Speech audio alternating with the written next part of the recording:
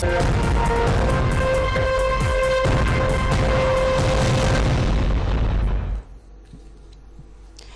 et messieurs, bienvenue, très heureuse de vous retrouver, bienvenue dans cette nouvelle édition de ce jeudi 4 février 2016. Voici tout de suite les titres qui seront développés dans ce journal.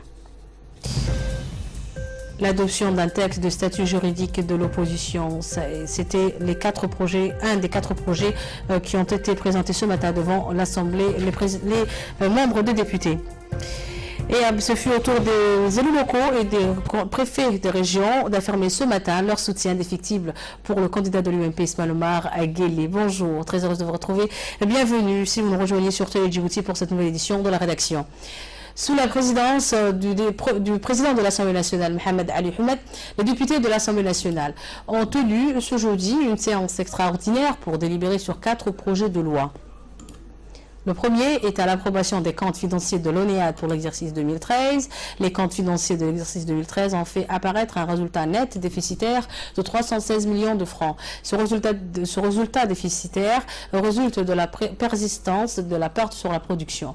Le second projet examiné porte sur le renforcement de l'arsenal juridique visant à protéger la politique d'attraction des investissements directs étrangers. Ces investissements directs ont permis à la République de Djibouti de soutenir ces projets de développement et d'étendre le secteur financier.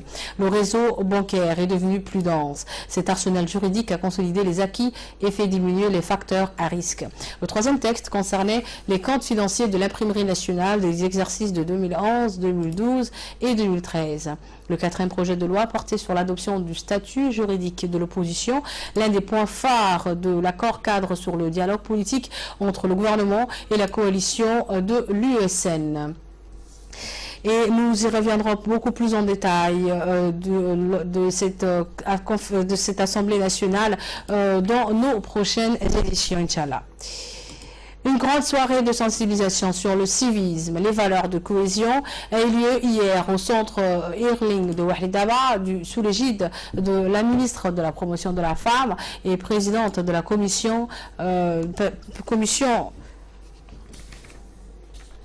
présidente de la commission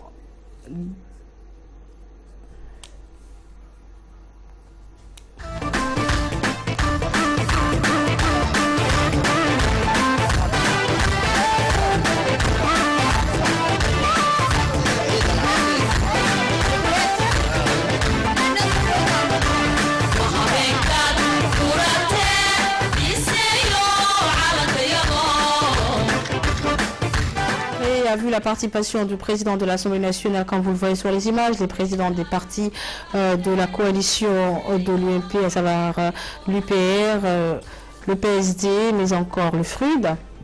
Cette soirée donc a vu la participation du président de l'Assemblée nationale, Mohamed Ali Houmed, et le président des communes.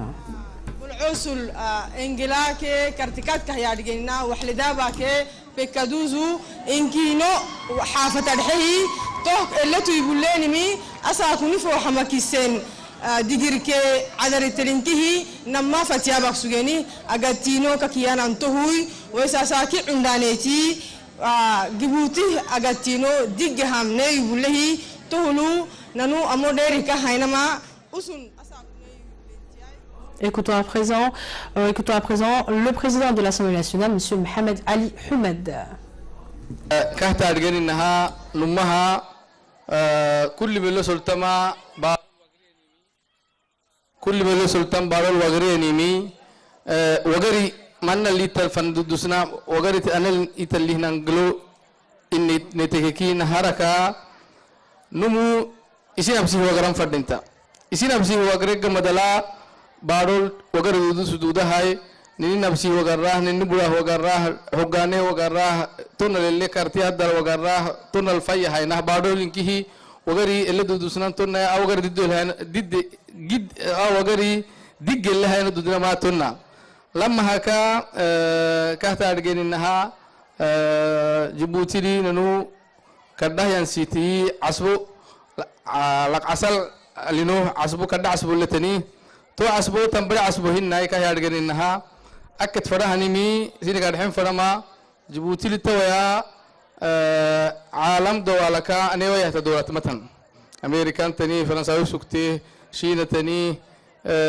rabbantani tilyantani maguntan tohu tambuleh mi wagrelle ambaro kinni i agat miglisi agat majlis umamaya de abana henini tasaku Djibouti to majlisi haddolle tanimi majlis tetikal hakika tu yod matafa hadhe asbati atuga hatta tekki ka targenaha nafsi nakhmenani asbu malih men kamama inkina arge tasaku Djibouti alam haddolu asbu tahtani هي تعصبويتا دقها نفردين تعصبويتا مليه معوان كاوي أنكميويتا نرجع جمدلا تعصبويتا دقها هنا جبوتين كنتينو دقها هنا وغير دقها هنا توه ملينكيه إيتا اللي تامتك إيتا أكحنك أبنان فردين تاهاي والسلام عليكم ورحمة الله وبركاته.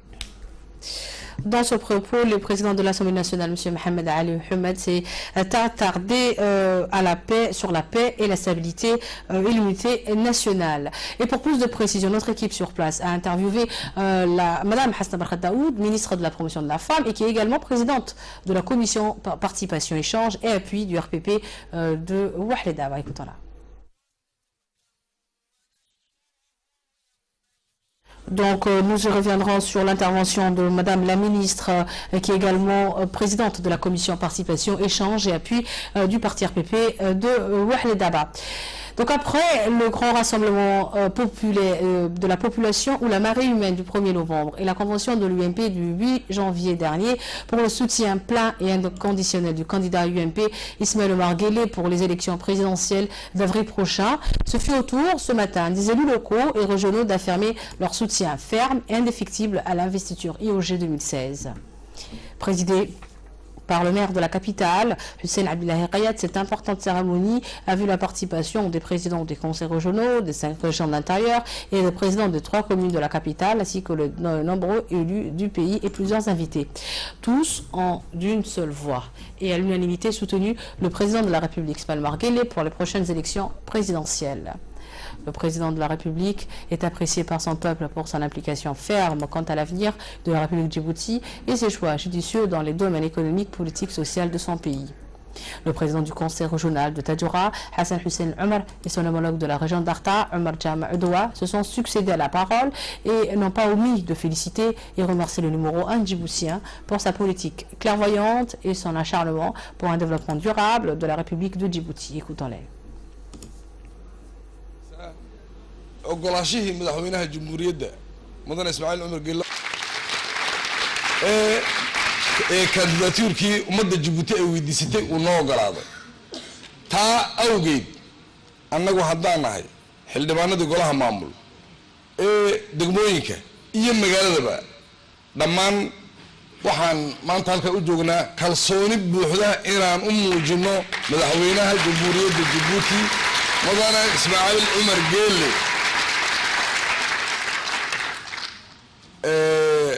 waad ku mahadsantihiin baaqaad ka soo jawaabteen kalsoonida aan weydiisanay aad muujiseen hawshu imika unbay bilaamaysaa hawli waa weli maalinta hawsha loo dhaqaaqo waxaa dhammaantiin ilaa ka halka u dambeeya jooga inaad hawsha xildhibaanadu golaha maamul in shaqaysi iyo inay shaqayn iyo nooc kastaba waa lahayna maanta waxaa loo baahan yahay nin kastaba shaqada inuu gunta dhisha iskaga dhigo magaalada jooga iyo kemiyiga jooga hawsha niba intiini inaad gashiin ayaa loo baahan yahay inaan gacmaha isqabsano halkaan ku soconno iyo waxaan wadnana waa inaan garanno waxa weyn waddankeena dhismaha iyo horumarka ka socda inaan annagu aan maadaama bulshadii aan dhex joogno inaan gacmaha isqabsano oon deed ka qayb qaadano si weliba muuqato uga qayb qaadanaa la doonayaa bal baa inoo xidhan hawsha halkaa baan hawsha sida aan nii sheegay baan u geli doonaa nin kastoo dhuka inuu waxba kaa u limaanilehaano. Pour sa part, le maire de la capitale, Hussein Abdullahi Qayad, a rappelé le pourquoi du choix du candidat Ismaël Omar Guelleh aux élections présidentielles d'avril prochain. Je vous propose également de l'écouter. Je ne peux commencer mon discours sans vous rappeler ce jour que c'était un jour historique, chargé d'émotions où on a vu une masse d'hommes et de femmes, jeunes et vieux, de toutes les couches sociales, venus de tous les coins de la ville, rassemblés sur l'esplanade du Palais du Peuple, en scandant les mêmes mots, la même formule, vous ne partirez point, Monsieur le Président. Qui n'a pas été agréablement surpris de voir le peuple manifester si énergiquement son vif désir de vouloir encore confier la gestion de son destin à son Excellence, Monsieur le Président de la République, Ismaël Omar Guelleh. Et ainsi lui témoigner tout l'honneur et tout l'amour et toute l'affection qu'il lui porte. Nous, élus locaux et régionaux, nous soutenons la candidature de son Excellence Ismaël Omar Guelleh pour son travail sans relâche à maintenir la cohésion sociale, l'unité nationale, mais aussi son engagement pour la paix régionale. Nous avons raison de le soutenir, car nous savons mieux que quiconque comment, dans les 15 premières années de sa présidence, il est parvenu à construire un pays moderne, pourvu d'infrastructures impressionnantes et jouissant d'une économie florissante. Oui, nous savons effectivement que c'est grâce à ces choix économiques et politiques que notre pays a pu relever la tête et entrer de plein pied dans la modernité. C'est grâce à IOG. C'est pourquoi nous, représentants des collectivités locales, réunis tous ici, soutenons sa candidature et lui exprimons à notre tour nos sentiments de reconnaissance et de gratitude pour l'immense œuvre qu'il a accomplie durant ses mandats précédents. Nous soutenons la candidature de son Excellence Ismaël Omar Guelleh, car ne l'oublions pas, c'est sous sa présidence que la décentralisation est devenue effective. Le président de la République est le premier à être parfaitement conscient de l'importance de cette problématique.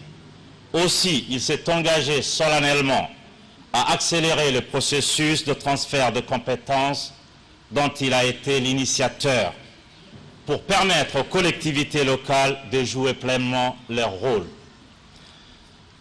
C'est aujourd'hui l'occasion pour nous, élus municipaux et régionaux, de nous exprimer à notre tour, après le choix du peuple, après l'appui des partis politiques, et d'apporter notre soutien ferme à notre leader, son Excellence Ismaël Omar Guelleh.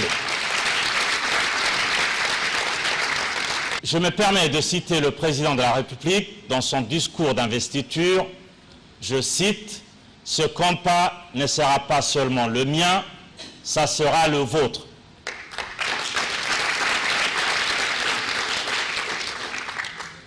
On répond, bien reçu, Monsieur le Président. Ça sera le nôtre à tous, élus locaux, municipaux et régionaux. Nous disons IOG 2016. Vive le Président de la République, vive la République de Djibouti, vive le peuple djiboutien. IOG, IOG.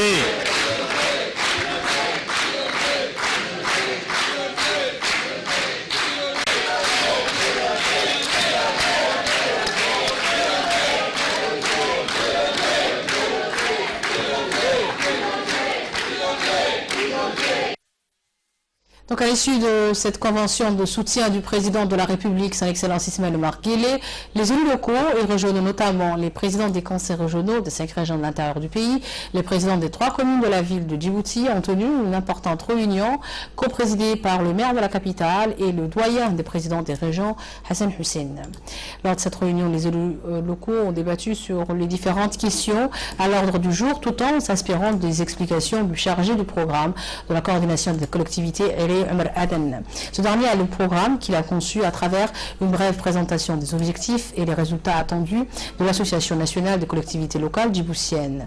L'idée de la création d'une association regroupant toutes les collectivités locales du pays s'inspire d'une réelle volonté politique de consolider et d'entériner le processus de décentralisation initié en 2016 par le président de la République, exprimant dès lors son attachement à la promotion des principes de la démocratie et de la bonne gouvernance, mais aussi sa détermination pour concrétiser les objectifs de développement socio-économique définis dans l'INDS, l'Initiative nationale de développement social. L'association nationale des collectivités locales djiboutiennes poursuit ainsi comme objectif la contribution à la consolidation du processus de décentralisation et la contribution également à la promotion des principes de bonne gouvernance, entre autres. À l'issue de cette réunion des travaux d'officialisation et après avoir signé des formulaires d'adhésion à cette association, les rênes de l'association ont été confiés au scrutin à main levée et à l'unanimité au maire de la capitale, Hussein Abdullahi Qayad.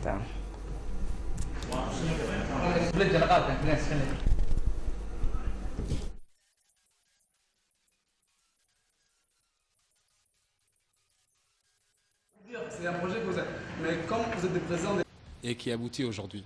Sans plus tarder, nous allons lancer la démocratie.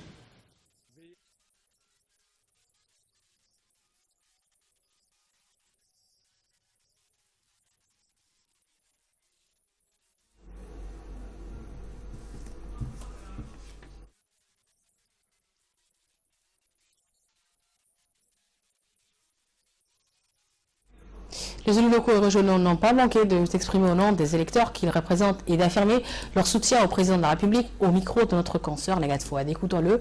Je vous propose d'écouter donc le président de la commune de Razdika, Ismaël Osman Farah. Aujourd'hui, je pense que c'est une journée bien réussie.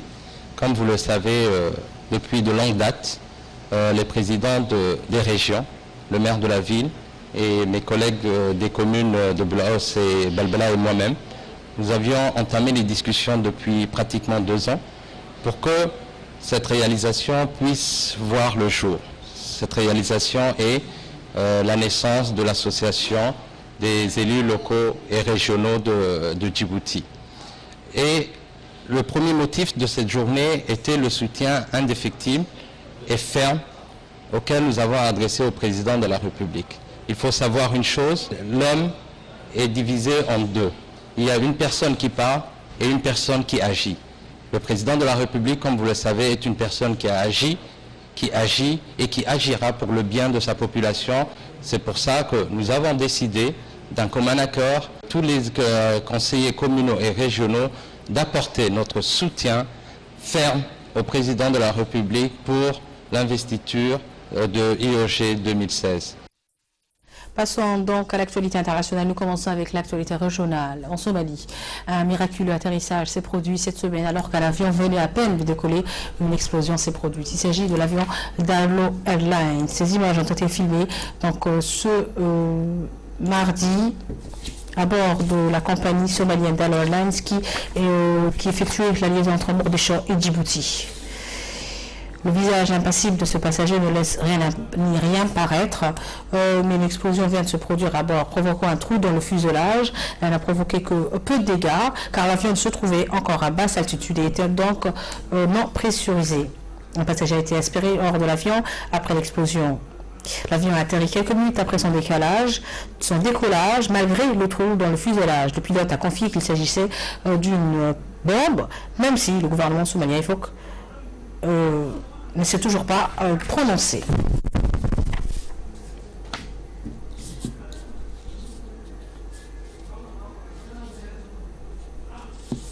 Et pour clôturer, en Italie, l'Italie se déclare disposée à mieux combattre le terrorisme et à soutenir l'Afrique. Cette prise de position a été faite par le Premier ministre italien Matteo Renzi qui a effectué un déplacement au Ghana. L'Italie est disposée à apporter son aide dans la lutte contre le terrorisme en Afrique. Cette volonté a été affichée par le Premier ministre italien Matteo Renzi. Dans un discours prononcé devant le Parlement ghanéen, Matteo Renzi a déclaré que son pays allait travailler avec l'Union africaine dans la bataille contre ce phénomène qui prend de l'ampleur sur le continent noir. Les attaques terroristes se multiplient en effet sur le continent. En janvier, 30 personnes ont été tuées dans les attaques perpétrées au Burkina Faso. Quelques semaines auparavant, a-t-il dit, le Mali a été frappé au cœur de sa capitale. 30 personnes avaient trouvé la mort lors de l'attentat contre le Radisson Blu hôtel de Bamako. Le chef de l'exécutif italien a aussi plaidé pour la lutte contre le trafic d'êtres humains. Matteo Renzi a reconnu que les puissances internationales ont un rôle à jouer dans la stabilisation de l'Afrique, théâtre de divers conflits. C'est tout pour ce journal de la rédaction. Merci à vous de nous avoir suivis. Restez avec nous tout de suite. C'est les menus du focus d'Idrissa Deta. Nous revenons ensemble. Idrissa Deta va rejoindre sur le plateau. Bonjour Idriss. Bienvenue sur ce plateau. Et nous commençons ce focus avec le président Obama qui met en garde contre la rhétorique anti-musulmane qui commence à se propager aux États-Unis. Qu'en est-il, Idriss? Effectivement, je prie. L'islam a toujours fait partie de l'Amérique. Barack Obama a mis en garde mercredi dans un discours passionné prononcé depuis une mosquée de Baltimore contre la rhétorique haineuse visant les musulmans. D'accord. À 9 mois de scrutin qui désignera son successeur, le président américain a pointé du doigt, sans le citer nommément, ceux de ses adversaires républicains qui font des amalgames entre des actes terroristes et une religion. S'il s'était déjà déplacé dans des mosquées au Caire, à Jakarta ou encore à Kuala Lumpur, c'est la première fois depuis son arrivée au pouvoir en 2009 que M. Obama s'est rendu dans un lieu de culte musulman aux États-Unis, c'est Baltimore, sur le sol américain. Récemment, nous avons entendu une rhétorique inexcusable contre les musulmans américains. Des propos qui n'ont pas leur place dans notre pays, a-t-il lancé dans une allusion claire au propos du milliardaire Donald Trump qui a proposé dans la foulée de la fusillade de San Bernardino en Californie d'interdire l'accès des musulmans aux États-Unis par crainte d'attentats djihadistes. M. Obama a martelé qu'une attaque contre une religion est une attaque contre toutes les religions. Rappelons au passage que les catholiques, parmi lesquels John Fitzgerald Kennedy, l'un de ses prédécesseurs, et les juifs avaient aussi été la cible de virulentes attaques au cours de l'histoire américaine. Soulignons l'importance de ne pas faire d'amalgame entre une petite fraction des musulmans qui propagent une vision prévertie de l'islam et une écrasante majorité des musulmans du monde qui voient la religion comme une source de paix. Il a appelé ces derniers à dénoncer haut et fort toutes les dérives en leur sein. À travers l'ensemble du monde islamique, les voix influentes devraient en permanence s'exprimer, a lancé le premier président noir de l'histoire des États-Unis. Ces déplacements chargés en symboles, réclamés de longue date par les organisations musulmanes américaines, intervient plus de 6 ans après le discours de Caire en juin 2009. Dans cette allocution entamée en arabe par un salam alaikum, Barack Obama avait appelé à tourner la page d'un cycle de méfiance et de discorde entre les États-Unis et le monde musulman. Et Aung San Suu Kyi, la Birmane, maintient le suspense quant au futur président du Parlement. Birmane, oui. Effectivement aussi, notamment Aung San Suu Kyi, qui désormais à la tête d'une large majorité parlementaire en Birmanie, a maintenu le suspense mercredi quant à l'identité du futur président du pays. Lors de sa première conférence de presse, depuis des mois, Aung San Suu Kyi a déclaré sur la question du choix du président: nous devons avancer prudemment. On nous a donné jusqu'en mars. Ne soyez pas impatients, vous le saurez le moment venu, a-t-elle ajouté.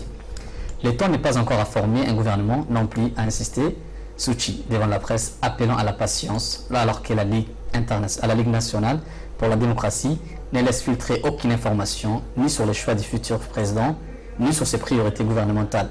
Même la conférence de presse d'Aung San Suu Kyi a été annoncée à la dernière minute. La première mission du nouveau Parlement birman, entré en fonction lundi, est d'élire un président. Il prendra normalement ses fonctions au 1er avril prochain, comme le nouveau gouvernement. En principe, Aung San Suu Kyi ne peut pas devenir présidente. La Constitution empêchant toute personne ayant des enfants des nationalités étrangères de devenir. Or, ses fils sont des Britanniques. Oui. Lors de sa dernière grande conférence de presse, quelques jours avant les élections législatives du 8 novembre 2015, Aung San Suu Kyi avait assuré qu'elle serait elle-même de toute façon au-dessus du président.